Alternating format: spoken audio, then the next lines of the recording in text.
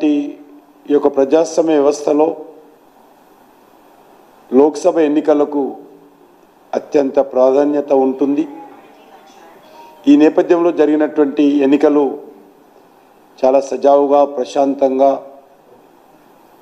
ముగియడము నిజంగా సంతోషకరమైనటువంటి విషయం. ఈ ఎన్నికల్లో మరి అన్ని వర్గాల ప్రజలు స్వచ్ఛందంగా ముందుకొచ్చి వీటిని జయప్రదం చేయడం జరిగింది. ఓటు వేసినటువంటి ప్రజలకు, ఓటింగ్ కార్యక్రమంలో భాగస్వాములైనటువంటి అధికారులకు, రాజకీయ పార్టీ కార్యకర్తలందరికీ కూడా, మీడియా మిత్రులకు అందరికీ హృదయపూర్వకమైనటువంటి ధన్యవాదాలు తెలియజేస్తా ఉన్నాం. చాలామంది హైదరాబాద్లో సెలబ్రిటీస్ కూడా క్యూలో నిల్చొని ఓటు వేశారు.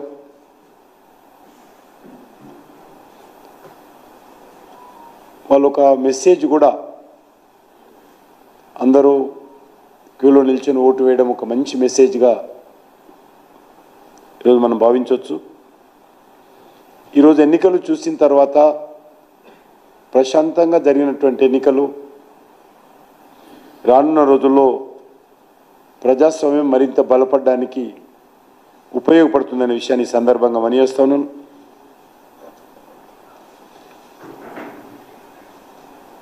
ఈసారి పోలింగు 60-62% మించి జరిగింది.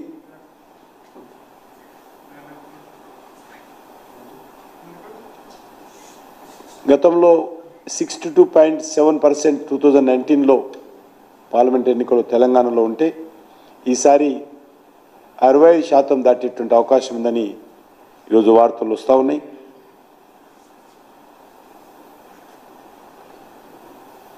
బీజేపీ సంబంధించినంత వరకు అన్ని నియోజకవర్గాల్లో మేము ఊహించిన దానికంటే ఎక్కువ ప్రజల నుంచి ఒక సానుకూలమైనటువంటి స్పందన ఈ పార్లమెంట్ ఎన్నికల్లో కనిపిస్తూ ఉంది. ముఖ్యంగా గ్రామీణ ప్రాంతాల్లో ఏ గ్రామానికి కాగా నేను ముందే చెప్పడం జరిగింది. గ్రామాల్లో ఉన్నటువంటి ప్రజలు రాజకీయాలకు అతీతంగా ఈసారి మేము పార్టీని చూడము, పార్టీలను చూడము, మేము మోడీ గారిని చూస్తామనే విధంగా తీర్మానాలు చేశారని చెప్పడం జరిగింది.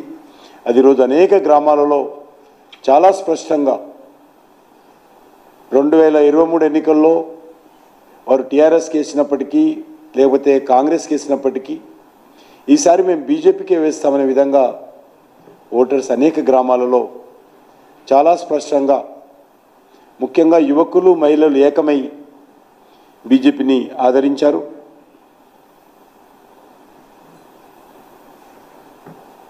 పట్టణ ప్రాంతాల్లో కొంత పోలింగ్ పర్సెంటేజ్ తగ్గినప్పటికీ మెజార్టీ ఓటర్స్, పోలైనటువంటి మెజార్టీ ఓటర్స్ బీజేపీ వైపే మొగ్గు చూపినట్టు నాకు అర్థమవుతుంది వ్యక్తిగతంగా.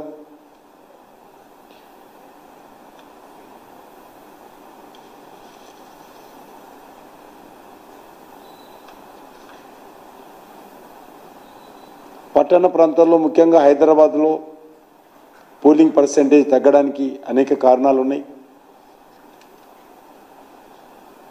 చాలామంది ఆంధ్రప్రదేశ్ ఎన్నికలు జరగడంతో చాలా నియోజకవర్గాల్లో వాళ్ళు పెద్ద ఎత్తున అక్కడ తమ ఓటు హక్కు వినియోగించుకోవడం కోసము ఆంధ్ర రాష్ట్రానికి వెళ్ళారు.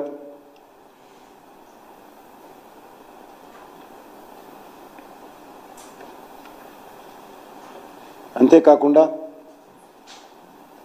మరి ముఖ్యంగా రాజకీయ పార్టీ కార్యకర్తలు, ముఖ్యమంత్రి గారు కానీ లేకపోతే బీఆర్ఎస్ నాయకులు కానీ ఎంత రెచ్చగొట్టినప్పటికీ ఎక్కడ కూడా ఏ రకమైనటువంటి అవాంఛనీయ సంఘటనలు జరగకుండా కార్యకర్తలు సాధ్యమైనంత వరకు ప్రశాంతంగా ఉన్నారనే విషయాన్ని ఈ సందర్భంగా నేను మనవి చేస్తున్నాను.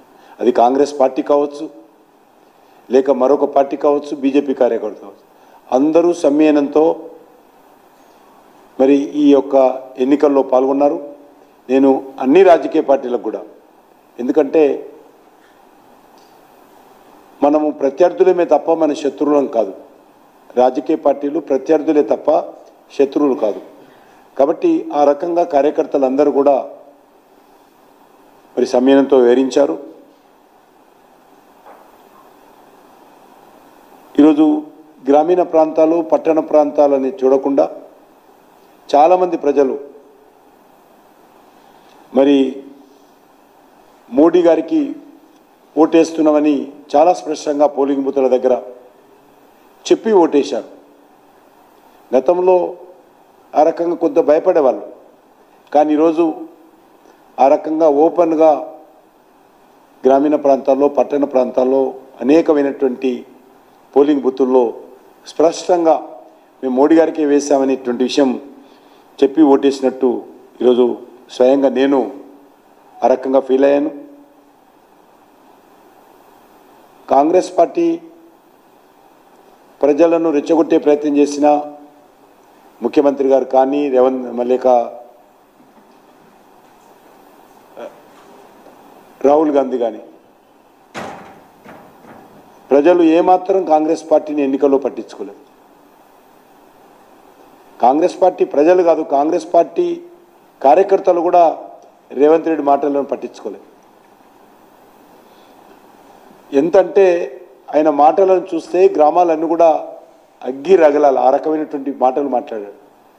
కానీ కాంగ్రెస్ పార్టీ కార్యకర్తలు కానీ, ప్రజలు కానీ రేవంత్ రెడ్డి మాటలను చూసి నవ్వుకున్నారు తప్ప ఎక్కడ కూడా ఎన్నికల్లో సీరియస్గా వాళ్ళు పట్టించుకోలేదు. వాళ్ళ ఎమ్మెల్యేలు కూడా పట్టించుకోలేదు. ఆ రకమైనటువంటి పరిస్థితి.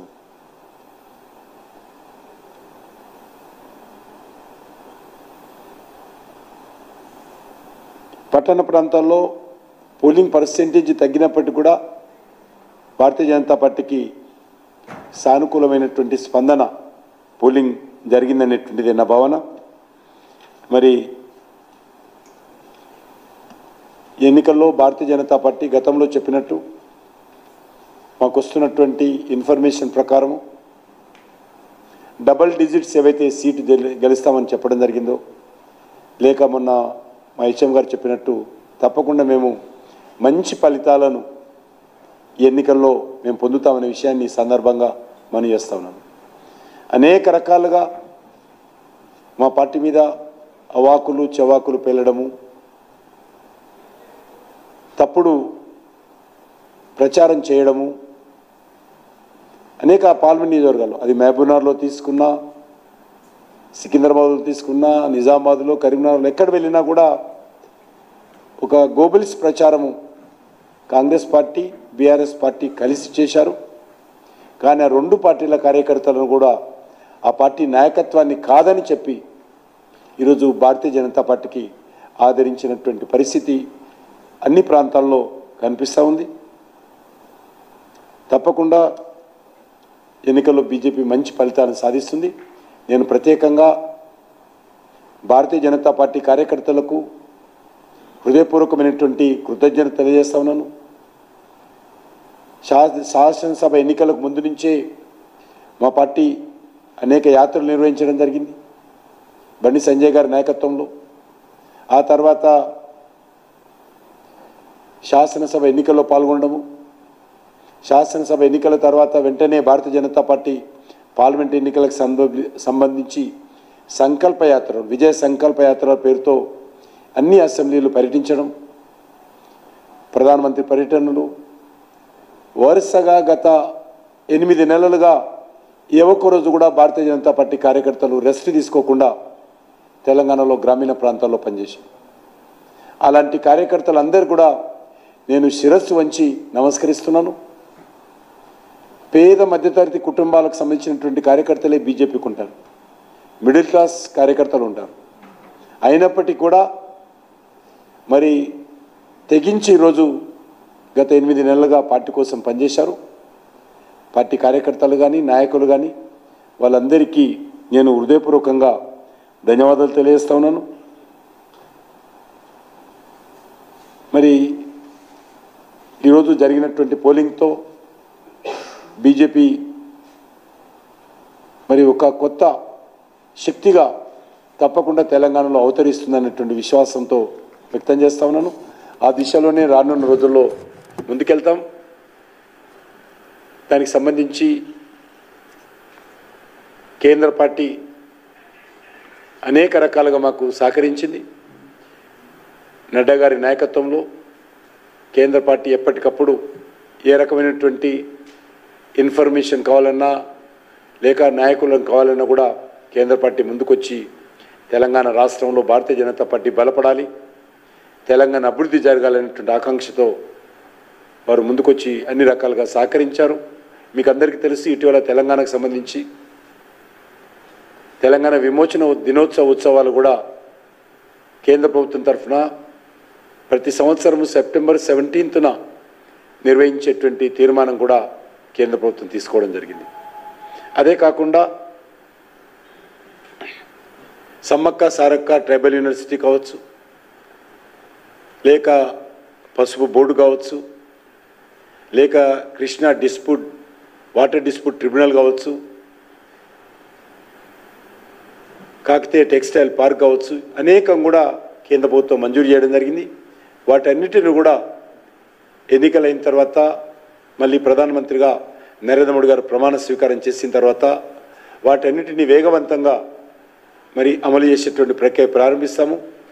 సమ్మక్క సారక్క కేంద్రీయ గిరిజన విశ్వవిద్యాలయానికి సంబంధించి ఇప్పటికే తాత్కాలికమైనటువంటి క్యాంపస్ ఈ ఎడ్యుకేషన్ ఇయర్లోనే మేము అడ్మిషన్స్ తీసుకోవడం కోసం నిర్ణయించి నేను స్వయంగా వెళ్ళి ఆ క్యాంపస్ను ప్రారంభించొచ్చాను. ములుగులో ఆ యూనివర్సిటీ ప్రారంభమవుతుంది. స్పెషల్ ఆఫీసర్ కూడా అపాయింట్ చేస్తాము. ఎన్నికల తర్వాత వీసీని కూడా అపాయింట్మెంట్ చేస్తాము. దానికి సంబంధించి అడ్మిషన్స్ కూడా ఈ విద్యా సంవత్సరంలోనే మరి కొన్ని కోర్సులకు ఈరోజు ప్రారంభించబోతా ఉన్నామని ఈ సందర్భంగా మనయేస్తున్నాను. దానికి ఇంకో కొంత ల్యాండ్ డిస్ప్యూట్ ఉంది. రాష్ట్ర ప్రభుత్వం ఆ ల్యాండ్కి సంబంధించినటువంటి సమస్య పరిష్కారం చేసినట్టయితే వెంటనే ప్రధానమంత్రి గారిని పిలిచి ఆ యొక్క సమ్మక్క సారక్క గిరిజన విశ్వవిద్యాలయాన్ని కూడా ఫౌండేషన్ స్టోన్ వేస్తామని చెప్పి ఈ సందర్భంగా మనయేస్తూ తప్పకుండా రానున్న రోజుల్లో మేము ఒక దిక్కు పార్టీని మరింతగా బలోపేతం చేసుకోవడము, అదేవిధంగా టీఆర్ఎస్ పార్టీ ఇచ్చినటువంటి హామీలను అమలు చేయాలనేటువంటి రెండంచెల కార్యక్రమంతో తెలంగాణలో ముందుకెళ్లాలని మేము భావిస్తా ఉన్నాం. త్వరలోనే ఆ దిశలోనే ఎన్నికల ఫలితాలు వచ్చిన తర్వాత పూర్తి స్థాయి కార్యాచరణ ప్రణాళిక రూపొందించుకొని మేము ముందుకెళ్తామని సందర్భంగా మనం చేస్తాం.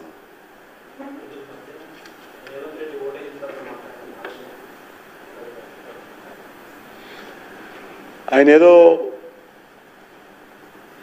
మిడిమిడి జ్ఞానంతో ముఖ్యమంత్రి గారు మాట్లాడతాం. ప్రతిసారి మాట్లాడితే ఆయన మోడీకి ఛాలెంజ్ చేస్తారు. ముందు వాళ్ళ నాయకుడే ఈరోజు ఇక్కడ ఇడిచి అక్కడ పరిగెత్తి, అక్కడ ఇడిచి ఇక్కడ పరిగెత్తున్నాడు. ఆయనకే దిక్కులేదు. ఈరోజు తెలంగాణలో చూశాము. తెలంగాణలో ఉన్నటువంటి కాంగ్రెస్ పార్టీ కార్యకర్తలు కానీ నాయకులు కానీ రేవంత్ రెడ్డి గారి మాటలు ఏది కూడా విశ్వాసం తీసుకోవడం లేదు. ఈయన మాటలు విని నవ్వుకుంటున్నటువంటి పరిస్థితి ఉన్నది. కాబట్టి ఎవరైనా సరే తమ స్థాయి ఏంటో ఆలోచించుకొని సవాళ్ళు విసిరితే బాగుంటుంది. కాబట్టి తప్పకుండా ఎవరు ఏంటి అనేది జూన్ 4న తప్పకుండా కౌంటింగ్లో బయటపడుతుంది. మరి డబ్బులు ఖర్చు పెట్టినంత మాత్రాన, భారతీయ జనతా పార్టీ మీద బురద జల్లినంత మాత్రాన, కేంద్ర ప్రభుత్వం మీద తప్పుడు వార్తలు ప్రచారం చేసినంత మాత్రాన, మీ ఊహించి మా ఎజెండా లేని అంశాలు కూడా మా మీద రుద్ది ఇది చేయబోతున్నారు అది చేయబోతున్నారని బీఆర్ఎస్ పార్టీ కాంగ్రెస్ పార్టీ మాట్లాడినంత మాత్రాన మనం పెద్ద నాయకులం కావని విషయాన్ని మరి ముఖ్యమంత్రి గారు గుర్తు చేసుకుంటే బాగుంటుంది. మాటలు మేము కూడా మాట్లాడవచ్చు, కానీ మాకు కొన్ని పద్ధతులు ఉన్నాయి.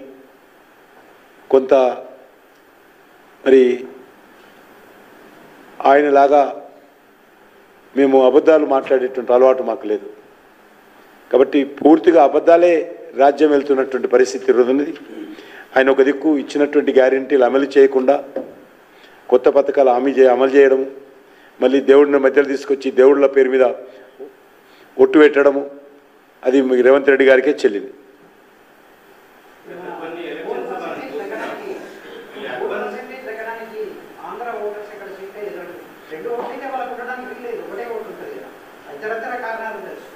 అదొకటే అనలేదు, అదొకటే అనేక అదొక కారణం అన్నాను. డెఫినెట్గా అదొక కారణం. నువ్వు అన్నా కాదన్నా ఓటింగ్కే పోయినా నేను ఎందుకు అనుకుంటాను? పోలింగ్లో కార్యకర్తలు పోయి ఉండొచ్చు. నేను ఆంధ్రకు ఓటు వేయడానికే పోయిండా అనలే. నేను ఆంధ్రలో ఓట్లను పరిశీలించడానికి కూడా వెళ్ళి ఉంటారు కదా, ఓటింగ్ సరళిని పరిశీలించడానికి వాళ్ళ మద్దతుదారులకు పనిచేయడానికి కూడా వెళ్ళి ఉంటారు. ఓటింగ్ చేయడానికి వెళ్ళలేదు, నేను చెప్పలే అన్నమాట.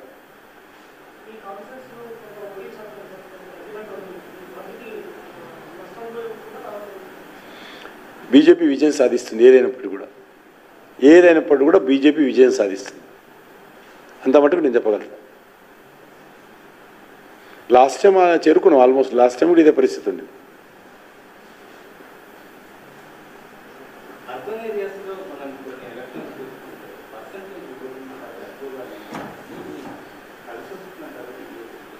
బీజేపీకి ఇంకో పార్టీగా నేను అనను.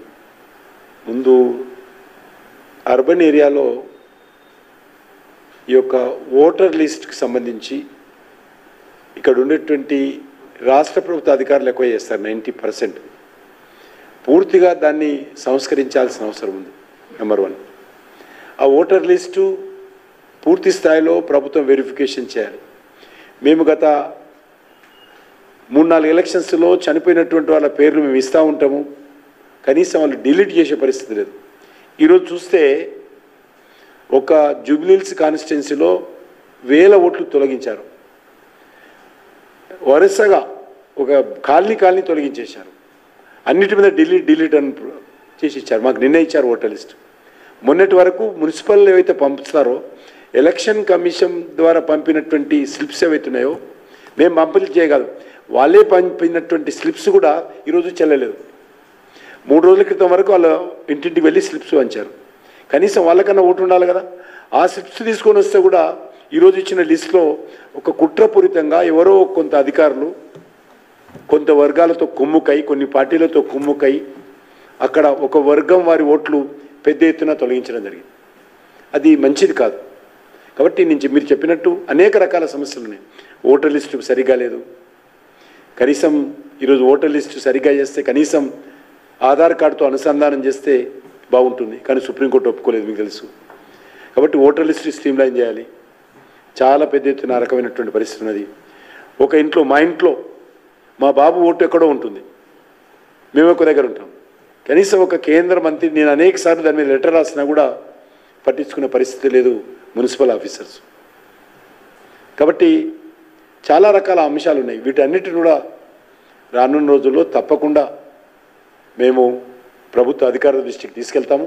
అర్బన్ ఏరియాలో ఉన్నటువంటి ఓటర్ లిస్టు పూర్తిగా సంస్కరించాల్సిన అవసరం ఉంది, రివ్యాంప్ చేయవలసిన అవసరం ఉంది, ఫ్రెష్గా తయారై. నాకు తెలిసినంత వరకు వచ్చే శాసనసభ ఎన్నికలు, పార్లమెంట్ ఎన్నికలు ఒక నూతన ఉత్సాహంతో, నూతన ఒరవడితో, నూతన ఓటర్ లిస్టుతో జరిగేటువంటి అవకాశం ఉంటుందని నేను భావిస్తున్నాను. నాకు జరగాలని కూడా కోరుకుంటున్నాను.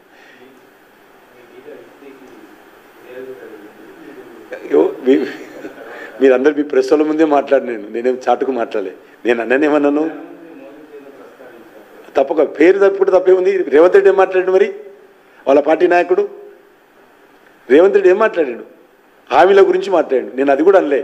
మోడీ గారు ఈ యొక్క ఒక ప్రధానమంత్రిగా ఈ యొక్క లోక్సభ ఎన్నికలను ఒక పండుగ వాతావరణంలో జరుపుకోవాలి, ఫెస్టివల్ ఆఫ్ డెమోక్రసీ అని చెప్పాడు ఆయన.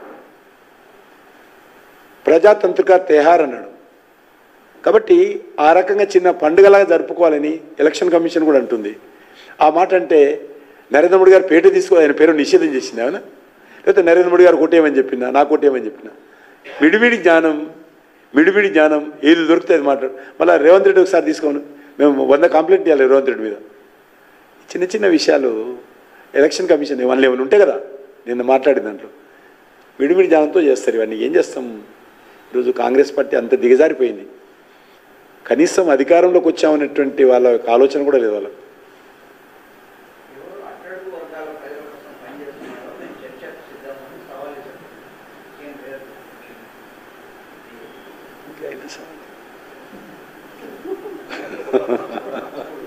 చూడదేనా బిచారికి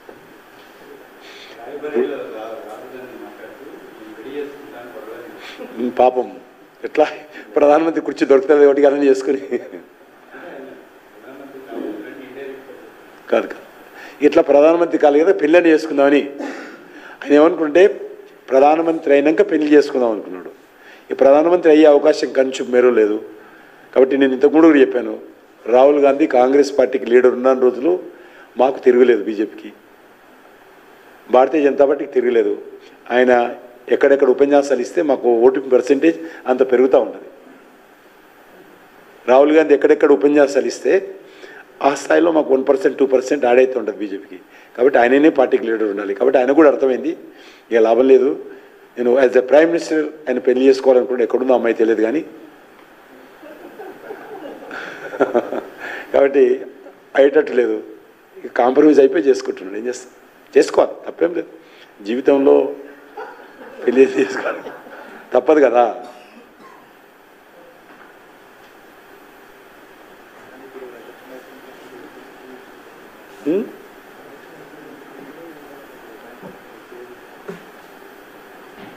ఇట్లా ఎలక్షన్స్ అయినాక ఆయన పోలే కదా ట్రిప్పు, హాలిడే ట్రిప్పు. ఇంకా ట్రిప్పులు అన్ని పనులు చేసుకొని వస్తాయి. ఇప్పుడు ఇంకేమైనా ఉందా?